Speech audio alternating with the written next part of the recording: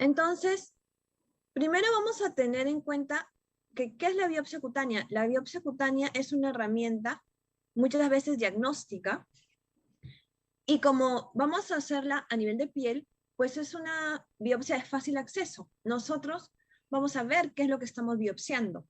No es como, por ejemplo, si quiero biopsiar el hígado o el pulmón, que en realidad me tengo que guiar de algún instrumento, de algún equipo, de alguna ecografía, para poder ver más o menos la lesión que quiero biopsiar. En piel no, en piel tenemos la facilidad de que podemos ver, podemos palpar las lesiones que nosotros queremos biopsiar.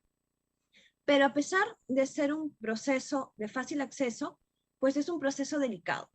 ¿Por qué es un proceso delicado? Porque como todo procedimiento tiene riesgos. Riesgos que en la mayoría de veces no nos van a traer mayor problema, no va a poner en riesgo la vida del paciente, pero sí puede tener secuelas a largo plazo, como por ejemplo cicatrices. Entonces, el paciente siempre tiene que estar bien informado. Así, la biopsia de piel sea un procedimiento sencillo, en el cual nosotros tomamos una muestra de la piel, pues tiene que ser un procedimiento que se le explique al paciente con claridad cómo se va a realizar, qué tipo de anestesia vamos a utilizar. Como se trata de biopsia de piel, por ejemplo, muchas veces los pacientes creen que no se necesita anestesia local o que la anestesia puede ser solo tópica, que no necesitamos inyecciones, más en el caso de niños, por ejemplo.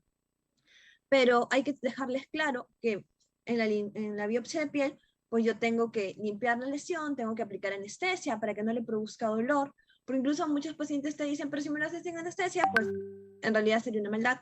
Entonces, tenemos que explicarle en la secuencia de cómo se realiza la biopsia, tenemos que explicarle los cuidados que él debe de tener con la biopsia de piel. Por ejemplo, puede ser una biopsia muy pequeña, pero si el paciente no la cuida de forma adecuada, esta biopsia al final se puede infectar y va a tener una complicación. Puede ser una biopsia pequeña que hace dehiscencia, que no cicatriza de forma adecuada por la infección y al final termina con una cicatriz queloide. Imagínense si tiene ese proceso en una zona expuesta, si la tiene en el rostro, si la tiene en el cuello, en los brazos, pues el paciente va a quejarse con nosotros. Y si se hace una celulitis a raíz de esta biopsia, por ejemplo, tenemos casos de pacientes que han tenido leucemias y que se ha hecho una biopsia de piel y han terminado teniendo un absceso porque simplemente estaba, bueno, no simplemente estaban con neutropenia y al final se complicó. Entonces siempre hay que explicarles a los pacientes que es un procedimiento sencillo, es un procedimiento rápido en la mayoría de los casos, pero que es un procedimiento que tiene complicaciones dependiendo de del tipo de piel del paciente, de cómo cicatrice, si yo cuido bien la herida, pues puede cicatrizar muy bien sin dejarme mucha marca, o puede ser una cicatriz queloide, por ejemplo, en la zona del tronco, de la espalda, es zona de queloides. Entonces, yo tengo que explicarle todo eso al paciente. Además, tengo que realizar la biopsia de la forma correcta, dependiendo del tipo de lesión que tengo. Eso ya se le va a explicar más adelante. Tenemos que tener en cuenta de que la biopsia no tiene que ser muy manipulada, se tiene que utilizar no puedo ser muy tosca al realizar mis movimientos, porque normalmente son biopsias pequeñas. Si yo las manipulo mucho, aprieto mucho la pinza, pues ya me logro la muestra.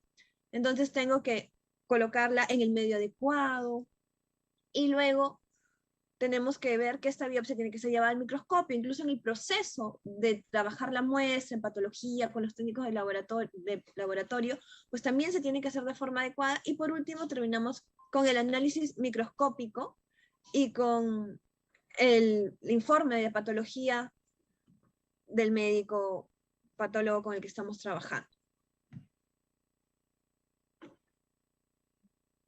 Entonces, posibles problemas que podemos tener en estas biopsias es que sea una pieza no representativa. Por ejemplo, vamos a hablar más adelante sobre un tipo de biopsia que es la biopsia punch, y a veces yo tengo una biopsia punch que son unos cilindritos que es de 2 milímetros. Entonces, a veces es una muestra muy, muy pequeña que el patólogo no puede realizar un diagnóstico certero. Eso más, por ejemplo, son lesiones inflamatorias o tomo de la muestra de una zona que no era la más adecuada, ¿no?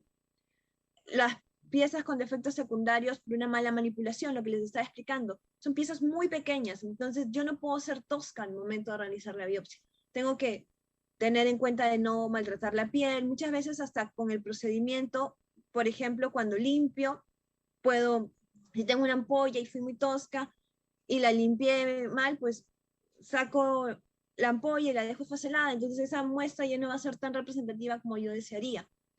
Por eso, una mala muestra también es que la tomo de una, por ejemplo, si estoy sospechando un melanoma y yo debo de tomar la biopsia, la zona más oscura de la lesión, idealmente siempre guiándome de un dermatoscopio, que es como una lupa que utilizamos para observar. Es algo súper importante la información que nosotros le damos al patólogo. Muchas veces los patólogos se quejan de que dice biopsia de piel y el patólogo tiene que adivinar qué es, o lesión tumoral. Entonces el patólogo no sabe el tiempo de evolución. En dermatología existen múltiples diagnósticos diferenciales.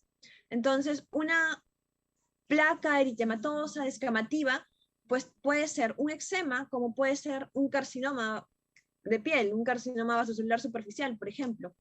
Entonces, hay que darle una buena información al patólogo para que el patólogo a raíz de ese punto pues ya pueda orientar su diagnóstico. Y nosotros, los clínicos, debemos de tener una buena interpretación de lo que nos dice el patólogo, porque muchas veces los patólogos nos hacen la descripción de la lesión y nos ponen que vayamos de acuerdo al cuadro clínico. Entonces tenemos que ver más o menos, saber cuál es la descripción histopatológica de las lesiones y para así nosotros poder diagnosticar y orientar y complementar mucho el diagnóstico que ha hecho el patólogo. En realidad en dermatología el trabajo con patología es algo que tiene que ser muy estrecho. El patólogo tiene que saber muy bien lo que nosotros estamos pensando, no podemos hacer que ellos adivinen. Entonces se sabe que es mucho más valiosa una patología, una biopsia realizada por un dermatólogo que realizada, por ejemplo, por un médico general que no está muy orientado en su diagnóstico y eso no facilita para el manejo del paciente, ¿no? La biopsia tiene como finalidad, por ejemplo, el diagnóstico y nos sirve, muchas veces uno dice biopsia y dice cáncer, ¿no? La biopsia pues nos sirve para diagnosticar lesiones inflamatorias, como también nos sirve para diagnosticar cáncer de piel. Respecto a las lesiones inflamatorias, pues nos pueden dar datos pronósticos, datos sobre la respuesta terapéutica. Y sobre las lesiones inflamatorias, pues podemos tener una amplia gama de diagnósticos diferenciales. Por ejemplo, aquí tenemos un informe de un melanoma. El Breslow, por ejemplo, es algo que me va a decir mucho sobre el pronóstico de la lesión. El índice de mitosis que tiene las biopsias, que tiene el melanoma que se ha biopsiado, si hay invasión angiolinfática, eso a mí me va a decir cómo va a evolucionar mi paciente. Si yo tengo un paciente con un melanoma que tiene un Breslow in situ, un Breslow muy bajito, que es un cáncer in situ, pues yo sé que va a ir bien. Pero si tiene ya un Breslow, por ejemplo, de 17 milímetros, yo sé que el paciente probablemente no vaya a tener buena evolución. Entonces, ahí esto es un buen informe de patología de melanoma, por ejemplo. Luego, tenemos que la biopsia de piel no solo nos va a servir, que la biopsia de piel, que es el retirar la muestra, pues no solo nos va a servir para el estudio HE, que es de hematocilina y eosina, sino también nos va a servir para estudiar estudios de inmunofluorescencia directa, por ejemplo, en lesiones ampollares, o estudio de inmunistoquímica. Si ustedes ven aquí, yo tengo marcadores de inmunistoquímica que me orientan a pensar si es un melanoma o no es un melanoma, el grado de mitosis, el grado de replicación que están teniendo estas células, también yo las puedo ver con los marcadores de inmunistoquímica.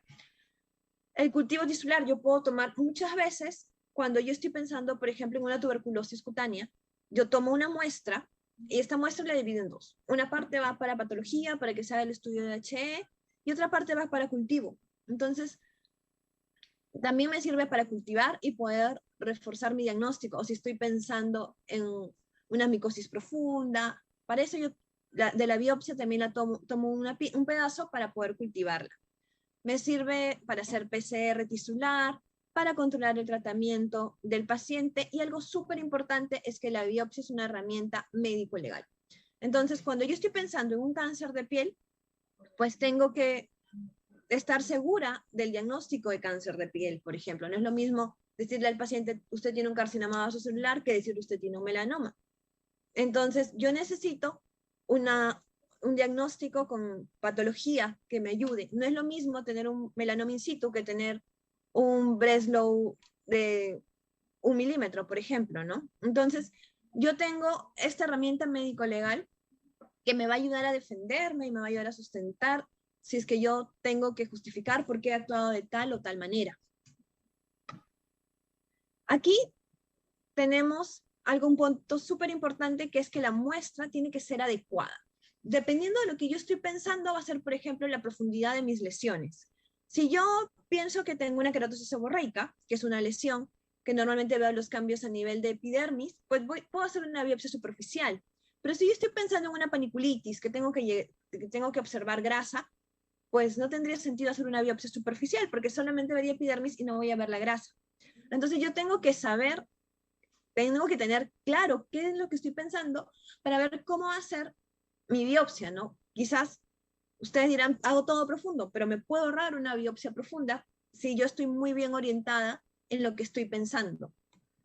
Entonces, por ejemplo, aquí tenemos un caso de una paniculitis. En el primer caso pensé en una paniculitis, hice una biopsia muy superficial y no veo tejido celular subcutáneo. Mientras que en la segunda imagen, yo ya veo el tejido celular subcutáneo, ya veo los lobulillos, entonces ya veo los septos que están afectados, entonces ya me doy cuenta dónde está la lesión.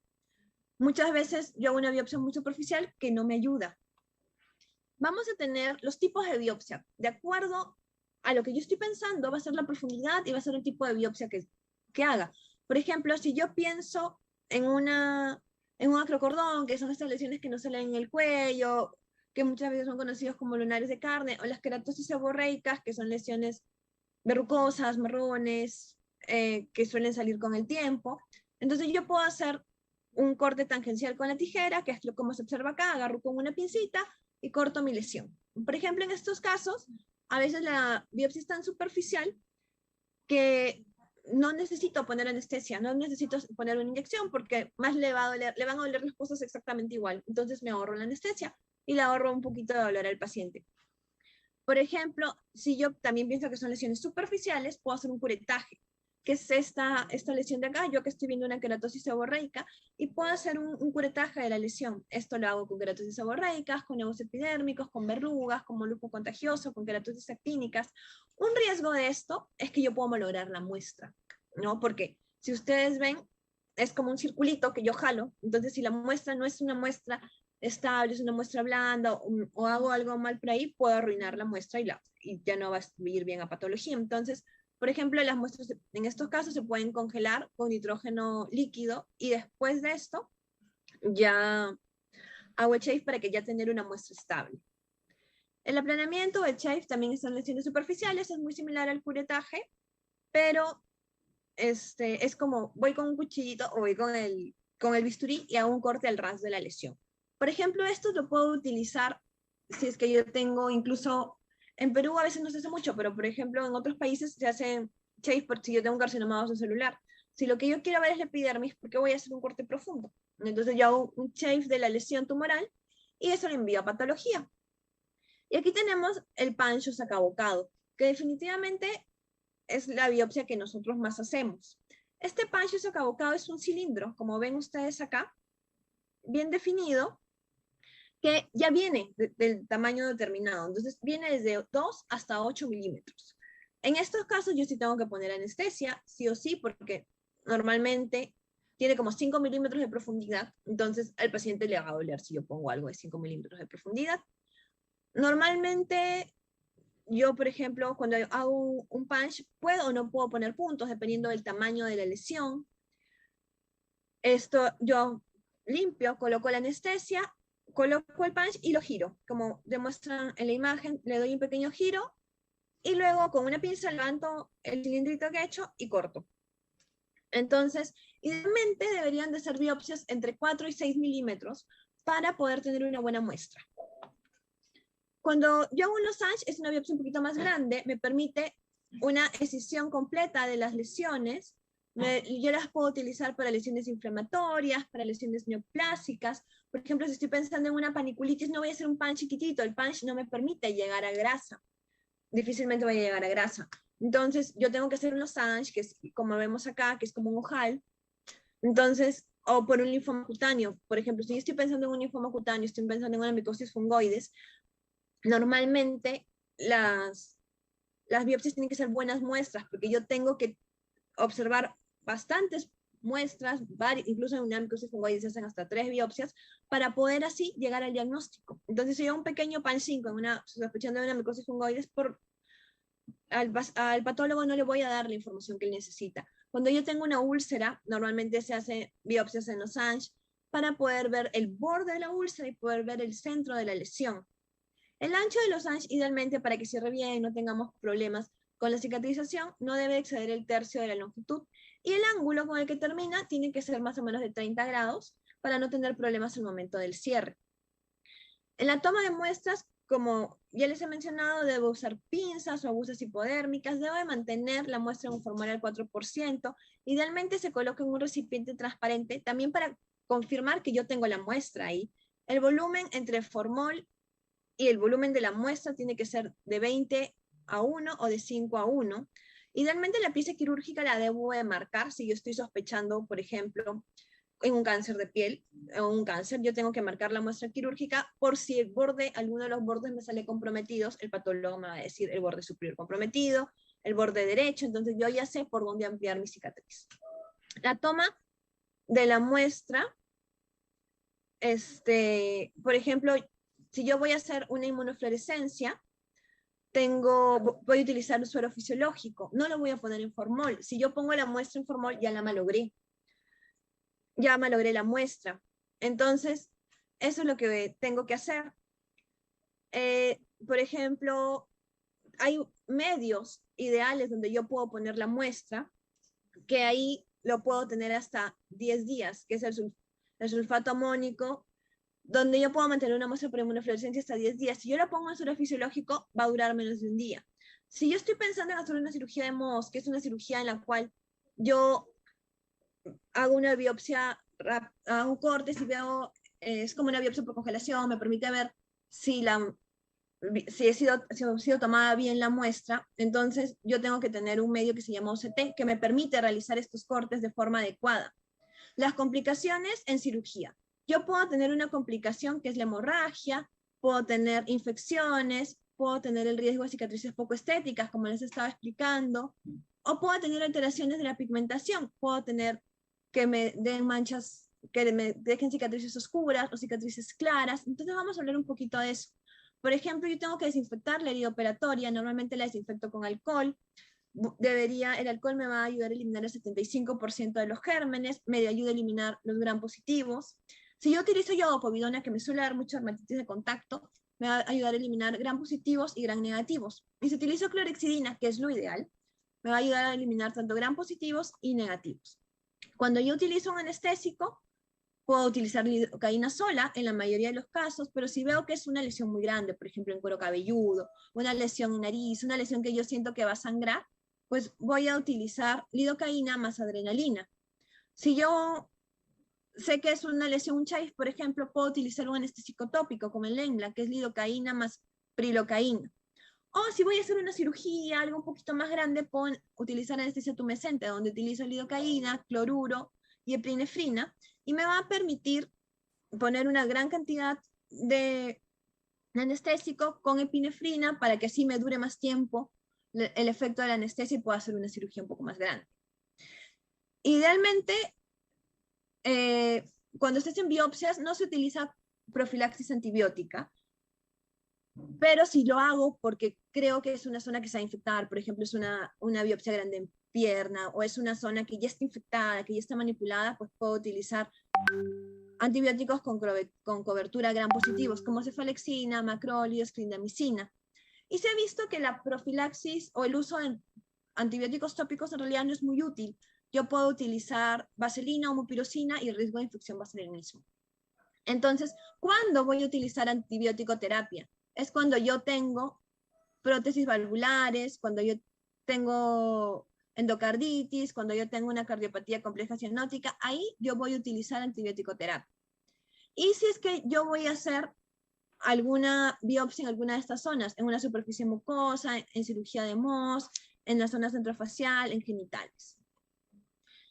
Por ejemplo, también voy a utilizar antibiótico terapia cuando yo voy a hacer intervenciones grandes como colgajos, injertos, especialmente en área nasal, o voy a poner cierre de tensión, lo voy a poner, por ejemplo, en la cara anterior de la pierna, una cirugía un poco grande, corro riesgo de que se me abra la herida, corro riesgo de que se me infecte, o sobre lesiones que antes ya estaban infectadas, o lesiones que, por ejemplo, a nivel de deditos un poco grandes, que es una zona muy expuesta, ahí yo debo utilizar antibiótico terapia.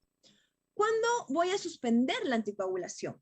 La anticoagulación no se recomienda suspender, salvo que yo haga cirugías grandes que impliquen algún corte de varias capas de la piel o haga defectos de más de 4 centímetros, hago colgajos, hago injertos, un colgajo en el rostro, por ejemplo.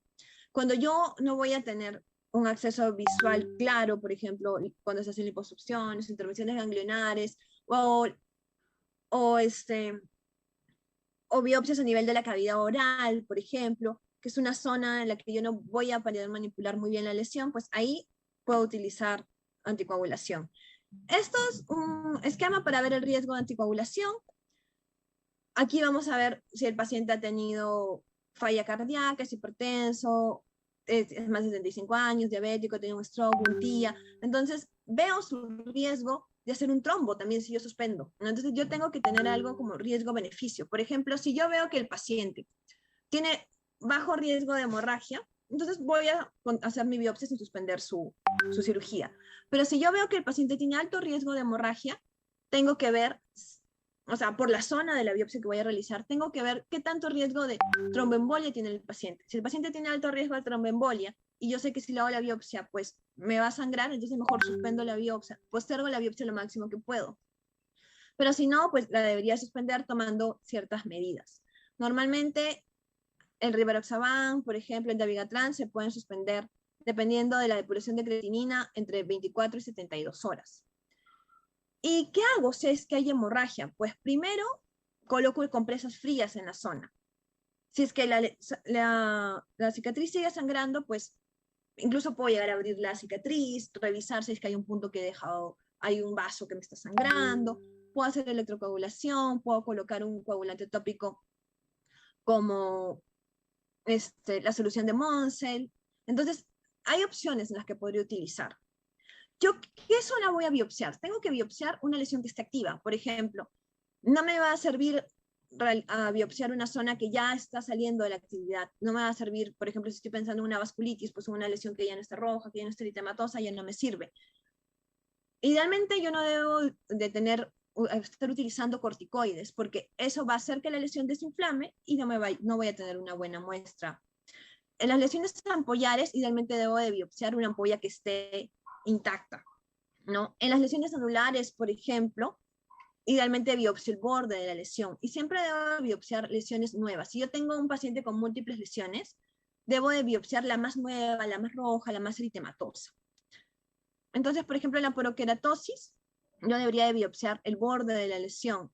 Y acá vemos su laminilla, que es característico de porokeratosis. Entonces, por ejemplo, aquí yo tengo un paciente con varias lesiones eritematosas y aquí ya los veo en remisión. Entonces, en esta foto de la izquierda yo podría biopsiar cualquier lesión, pero en la de la derecha, idealmente no, porque son posinflamatorias.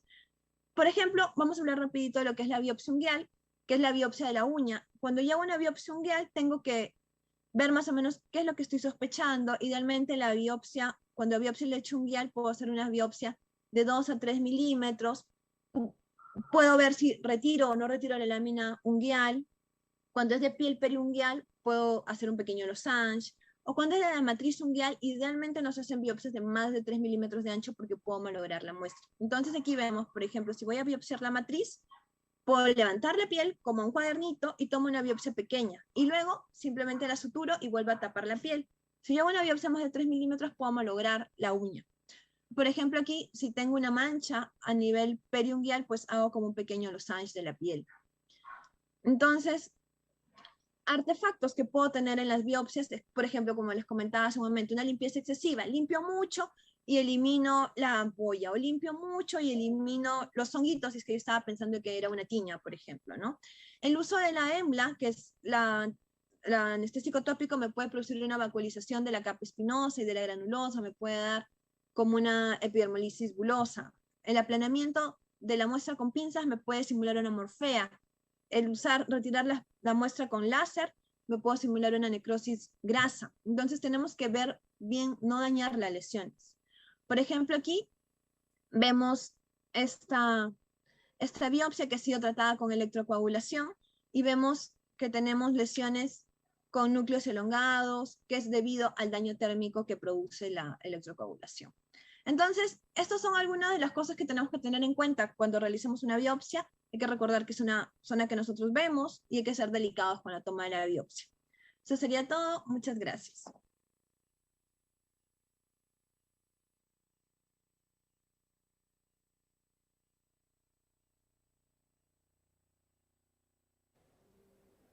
Bien, continuamos con la presentación de las ponencias.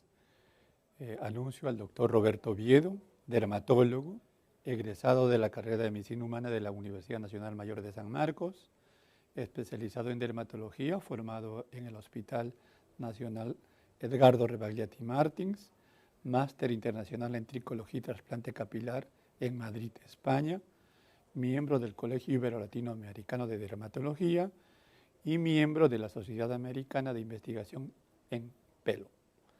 El tema que va a abordar es dermatoscopía y tricoscopía. Adelante, doctor.